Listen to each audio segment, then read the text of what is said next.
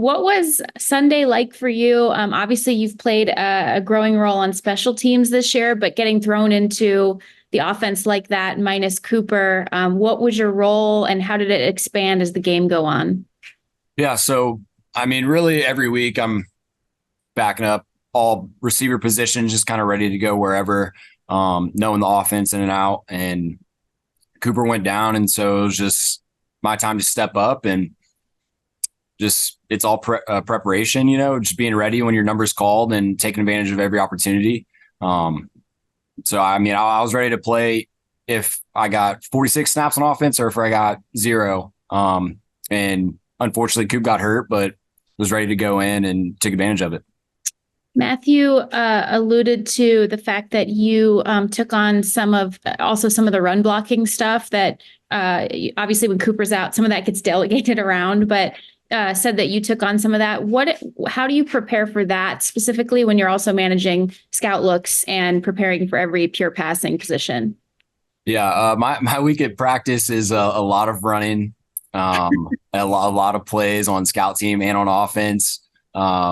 So honestly, the best thing about it was like you're worried about not getting a lot of offensive reps, like being out of shape, but I'm in the best shape ever just about the reps I get at practice. And it just helps going into a game, just being ready for it and seeing the looks, getting offensive reps all week and even getting scout reps, like you're still working your craft. So just being ready and run or pass, like just knowing the scheme, knowing the offense, knowing what your role is and what your job is and just getting it done.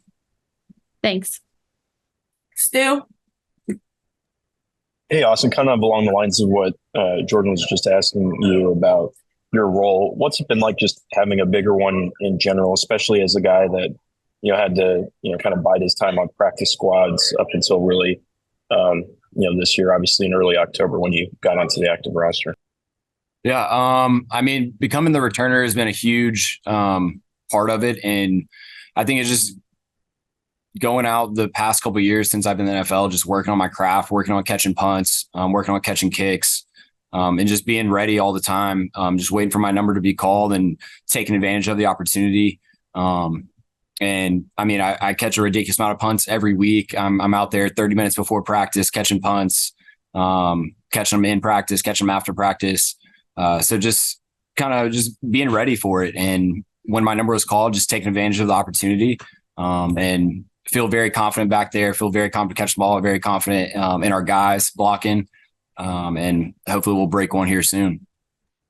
Is it hard to stay patient waiting for an opportunity like that? Again, especially when you take, your professional journey to this point into account? Absolutely.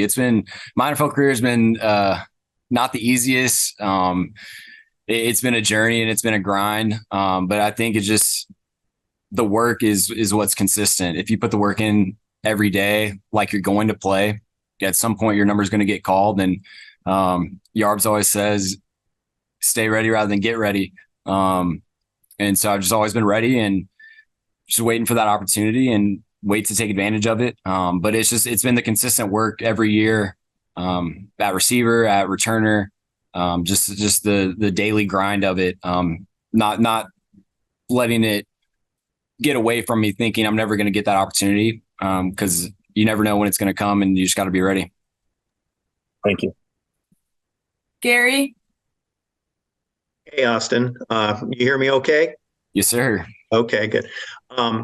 Yesterday after the game, Stafford was asked about you, and he said, the guy gets open. As long as he keeps getting open, I'll keep throwing him the ball. Just curious, do you get a lot of reps with Stafford during practice or and if so, or if not, how have you kind of, developed a rapport with him? Yeah, I get a decent amount of reps with him at practice, just because when guys are banged up or just to take off some of the running for some of the guys. So I'm still getting a good amount of the offensive reps in practice.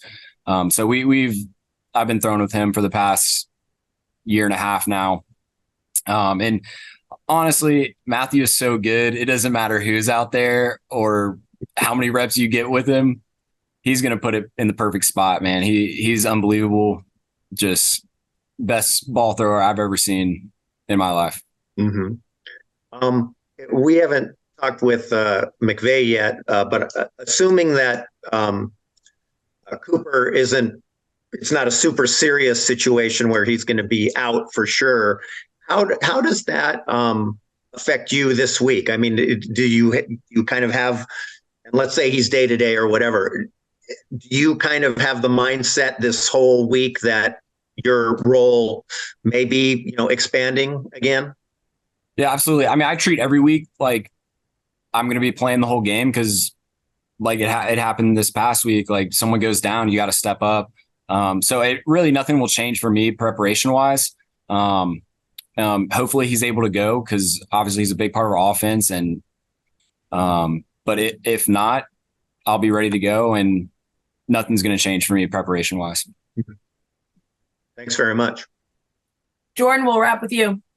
Thanks. Austin, if you don't mind, I have two teaching questions. One's about special teams. So like in the past, as you know, the Rams had even had Cooper out there at times, punt return, and it'd be like a punt safe situation where it was expected he'd fair catch it every time, just as a safe. So, but you're returning it pretty much every time, working at that. What's the conversation like in terms of being aggressive there versus those safe situations? Yeah, I think it's really just about making great decisions individually for each rep. There's certain situations where you might want to take the fair catch to save time, or we set up a return, so we're really trying to get a return. But most of the time, I'm trying to return the ball. Like I'm trying to create explosive play. I'm trying to get our offense in good field position. But above all else, I'm just trying to make great decisions and get the ball back so 9 can do what he does. And then you did mention, you are looking at this offense holistically because you're doing so many different things week to week. So I wondered if you might be able to shed a little bit more light from your perspective. Receiver, when you guys are in empty, what information does that give the receivers, and what information does that give the quarterback? Could you ask that one more time? It cut out a little bit. When you guys are in empty, what information does that give the receivers, and what information specifically does that give the quarterback? Yeah, it just kind of helps with coverage, whether they're man or zone, seeing like body matchups.